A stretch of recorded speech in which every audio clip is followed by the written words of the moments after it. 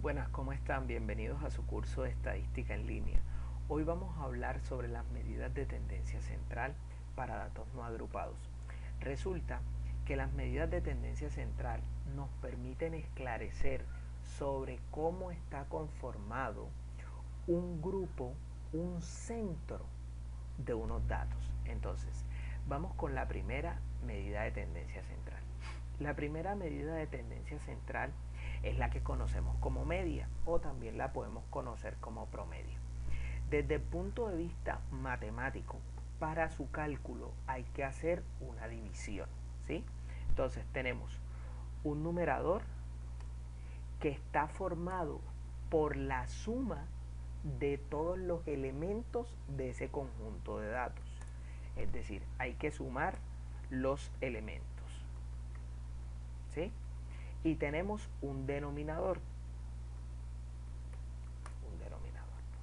Ese denominador está formado por la cantidad de elementos que hay en ese conjunto.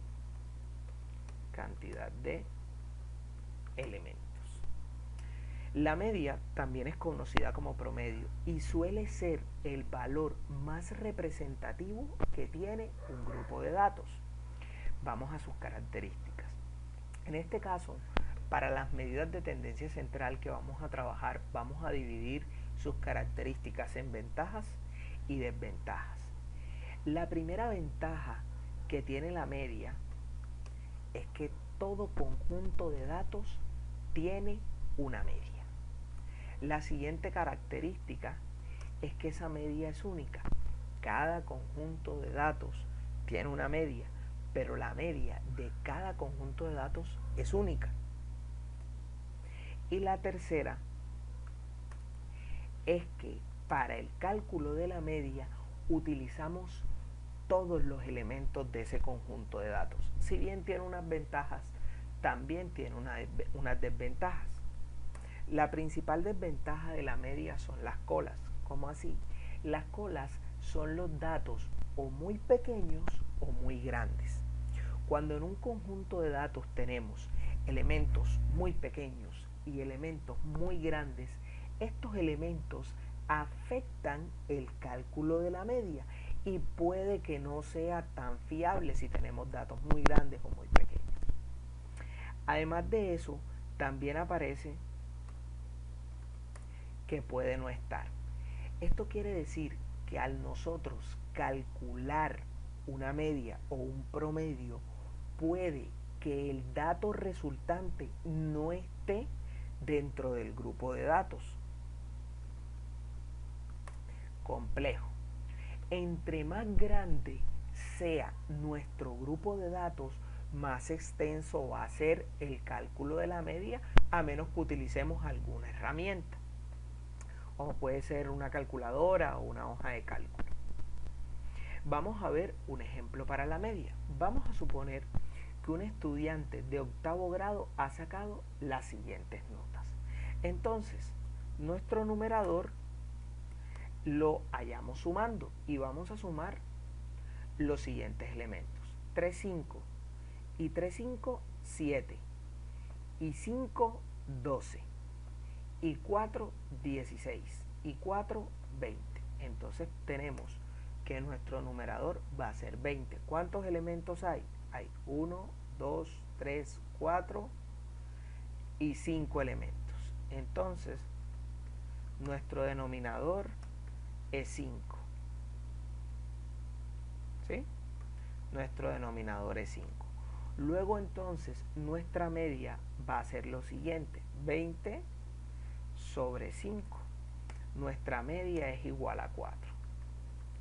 Nosotros podemos decir que el promedio de este estudiante es igual a 4. La principal desventaja que tiene la media es lo mucho que lo afectan los valores o muy pequeños o muy grandes. Si nosotros agregáramos otro valor y este valor fuera el más pequeño posible, que en este caso es 1, nosotros ya no estaríamos hablando de un numerador de 20, sino de un numerador de 21 y de un denominador de 6, lo que daría la siguiente media: 21 sobre 6, y eso es igual a 3.5. Luego entonces, miren cómo un valor pequeño afecta la media hacia abajo. La mediana. La mediana en parte de la literatura también es conocida como punto medio. Y básicamente quiere decir que hacia abajo y hacia arriba está el 50%. ¿Qué traduce eso? La mediana es el punto medio, el punto de la mitad. Los datos que están hacia arriba de la mediana son el 50% de los datos. Y los datos que están hacia abajo de la mediana son el 50% de los datos. En otras palabras, la mitad de los datos son menores a la mediana y la otra mitad de los datos son mayores a la mediana. Sigamos con las características de la mediana. Así como la media, todo conjunto de datos tiene una mediana. La mediana también es única. Y a diferencia de la media, las colas no le afectan. Es decir, a la mediana no le importa si hay datos muy grandes o hay datos muy pequeños. Para la mediana, eso no la afecta. ¿Cuáles son las desventajas que tiene la mediana? La mediana tiene la siguiente desventaja. El cálculo o la estimación para universos pares e impares es distinta, ¿sí? Además de esto, la mediana puede no estar, es decir, la mediana, el dato que nosotros obtengamos como la mediana, puede no ser parte del universo de datos. Entonces vamos a un ejemplo. Resulta que aquí tenemos 5 elementos en este grupo de datos. Esto lo hace un universo impar. Tenemos una cantidad impar de datos. Entonces ahora vamos a calcular la mediana. Lo primero que vamos a hacer para calcular la mediana es ordenar los datos ZA, es decir, de menor a mayor. Y tenemos 45, 70, 75, 80 y 120. Hemos ordenado los datos a Z o de menor a mayor. Ahora, al lado los vamos a ordenar ZA, es decir, de mayor a menor. 120, 80, 75, 70 y 45. Como podemos ver, el 75 se cruza con su igual. Eso nos indica que esta es la mediana o punto medio. Y nosotros podemos concluir lo siguiente. Resulta que estos datos son los pesos de unas personas que están en una fiesta o que están en una reunión. Entonces nosotros podemos decir que la mitad de las personas de esa fiesta pesa menos de 75 kilogramos. Y la mitad de las personas de esa fiesta, la otra mitad, pesa más de 75 kilogramos. ¿Sí? Entonces pasemos a un siguiente ejemplo. Y supongamos que esa persona que pesa 75 kilogramos no asistió a la fiesta. Ahora tenemos 4 personas, ¿sí?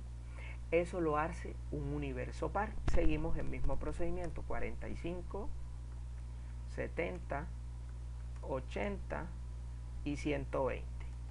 Aquí tenemos 120, 80,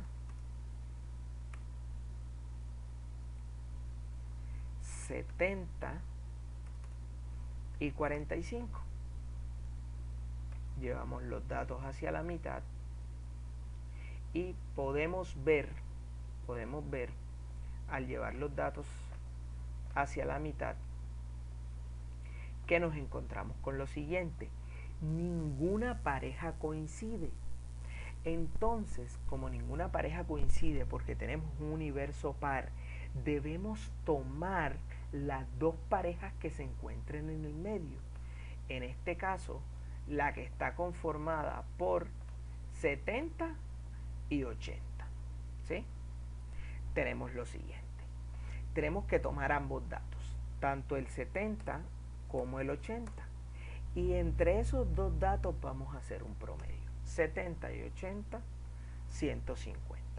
Como es un promedio, tenemos que contar la cantidad de datos que hay. Hay un dato y hay dos datos. Y lo vamos a dividir entre dos. En este caso, coincidencialmente también da 75. Pero el 75 no hace parte de la muestra. Entonces, también podríamos decir que en este caso, la mitad de las personas pesa menos de 75 kilos y la otra mitad pesa más de 75 kilos. La siguiente medida de tendencia central es la moda. La moda la podríamos definir como el dato más popular.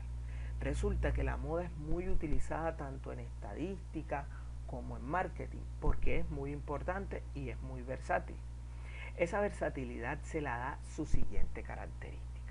Y es que su siguiente característica nos dice que la moda se puede usar tanto en variables cualitativas como en variables